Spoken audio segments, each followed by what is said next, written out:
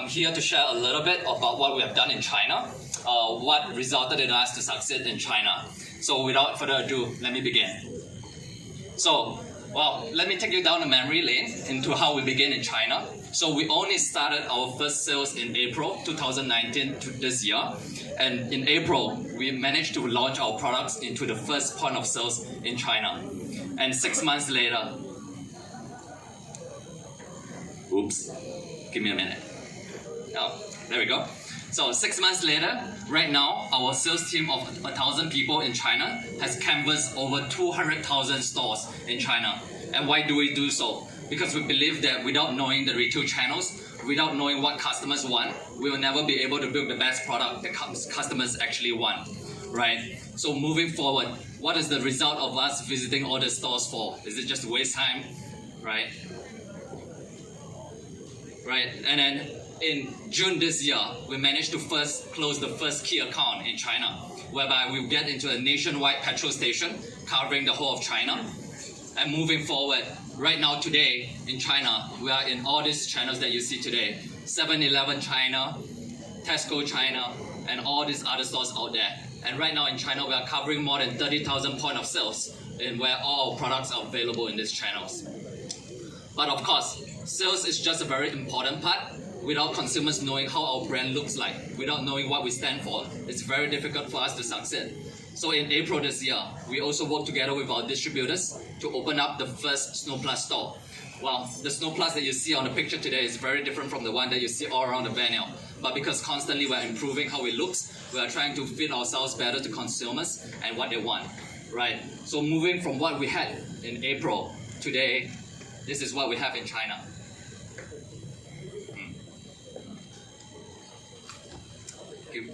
Right. So this is right now what we have in China. Right now today, from one store in April, we have more than 300 SNOWPLUS stores covering the whole of China, where consumers can come into the store, talk to someone who knows what SNOWPLUS stands for, what the product is, and the best advocates for what we stand for. But of course, having the point of sales, having all these sales channels doesn't mean for anything if we don't do the awareness about what we believe. We have a good product, we have a good team, we have a good goal of where we want to go. But how do we let the consumers know about it? So 1 month after we got into the sales, we actually did our first brand activation in this little concert in Suzhou, China. Well, it's a second tier city, so maybe some of you have not heard about it before. But based on that event, we actually seen how useful it is to interact with our users, like all of you today with your vape devices around your neck. And today, this is what we have in China, where since May of this year, we have covered more than 100 over events in China, ranging from nightclubs, ranging from music festivals, ranging from pop-up booths to everything. We try our best to put ourselves in the face of consumers to let them know what we are, and at the same time also to better understand from the customers what they are looking for in a vaping device. So, enough said about what we have done. Let's see what we have gotten over the last 6 months. So this is just a couple of celebrities and artists in China, right? In the middle, we actually have a very popular Chinese celebrity with 45 million followers in China that has endorsed our brand, used our product, and actually give very positive feedback. But of course, this does not only include the two of them. As you can see on the picture all the way on the right, we have been constantly working on it, even during our global expansion. We do work with all these people to get our products aware. So just a little bit on how we did it on the back end, a little bit of some boring stuff. But we believe that in order to make this whole system work, it doesn't mean that we build a nice product, a good product. It means that it will sell on the market. So actually, we work together with our distributors and all the traders, for example, that are present today, to make sure that we work together with them, covering from roadshows, a proper distribution system, a world-class delivery system, support into POSM, into stores, right? And then as well as data tracking and replenishment of products. So throughout, from the front end to the mid-platform, all the way to the back end, what we have done in China is that we work very closely with all our partners in order to make this happen. So just some interesting things that we have found out over the last 6 months, which we are right now running in China. Hopefully we can expand it to Malaysia. Hopefully we can expand it to the rest of the markets that we are in the world today, right? We have specialty stores, which we mentioned earlier, that we are opening more and more. By the end of the year, right, or early next year in January, we should have more than 1,000 specialty stores owned by ourselves. At the same time, well, I think this is already available in China, as well as Malaysia, but vending machines is where we see this goes, because consumers want a very easy way to buy their products without worrying that they can't find a store that's open at night. So, just a little bit on what we have done, right? This is our China statistics. Well, this does not represent what we have done internationally. Hopefully we'll get that.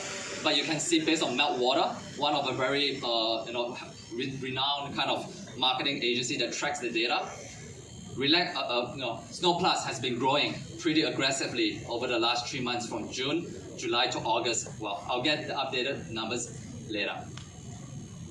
Well, while we believe that today we are launching e-coffee, we are launching a vaping device. But in China, it's very easy for underage people to get their hands on the e-cigarettes today, right? I think one of our founders, Wang Sa, one of the missions is that we do not put our vaping device in the wrong hands. We do not want youngsters, people that do not have an idea of how to control whether they want to vape or not want to vape. We do not do that. So because of this, in China, we have actually run 2 programs. This is ideally to add. One is that we believe in giving back, right? So we actually work with a Cancer Foundation of China, in which we share a part of our profits in order to contribute to their cause. At the same time, we also want to protect the children and minors, just to make sure that the products don't end up with the wrong hands, to educate the public on what vaping is, what nicotine is, what a caffeine is, right? So this is just a snapshot of what we have done. Okay, so a little bit on our products lineup in China, right? Today in Malaysia, we are only launching our coffee edition. But actually in China, we have a much bigger lineup. But these are all nicotine products, which Dr. Chu has mentioned. This is not what we want to do right now. But as you can see in China, we actually have quite a lot of products lineup, which is why we can penetrate into different channels, get to the right audience and whatnot. Well, this is just something in China. We actually, for 2020, we have pretty huge plans. We'll work together with the Malaysia team to make sure that this comes to the market as well. But just to share a little bit, that we have new exciting SKUs coming out next year.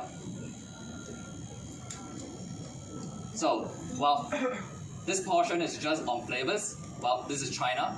We work with many flavors to make sure that there's a flavor for every different customer. Well, I think this is one part that probably everyone will be very concerned. Maybe to some people who haven't been to China, is it like a Wild Wild West whereby we sell nicotine products without a lack for the regulations and everything? But this is not the case. With China, we actually completed all the compliance, all the regulations to make sure that our products are fit and safe to put it into channels, which is why we can work with conglomerates like 7-Eleven, like Tesco, like Carrefour in China. Well, this part is a little bit lengthy, but what I can summarize is that we have a lab in Shenzhen as well. We have a team of more than 50 R&D people working to develop on the device itself, as well as pod flavors. We work with the top suppliers in China to make sure that all the products that we obtain are 100% safe for the body consumption. So this is one very interesting thing that I actually want to talk a little bit more that may be relevant for the Malaysian market. So in China, we actually have a team that works very closely with the government, with the ministries, to better understand what is the regulation of e-cigarettes. As everyone knows, e-cigarette has in the recent years been a booming industry. There's a lot of uncertainty about what it stands for. There's a lot of uncertainty of where the government stands on this. So as a result of that, we have been doing a lot of regular communications with the government to make sure that we are aligned with what we're doing. And then I think one interesting thing that has happened as well, in Shenzhen, we have actually worked with the government. We have gotten a huge plot of land where we are going to be opening up our own R&D lab in our own building. Well, I think just to wrap up a little bit, right now what we have done, our international team only started in August this year. But right now, it's only been 4 months. We are right now have operations in more than 10 countries and regions.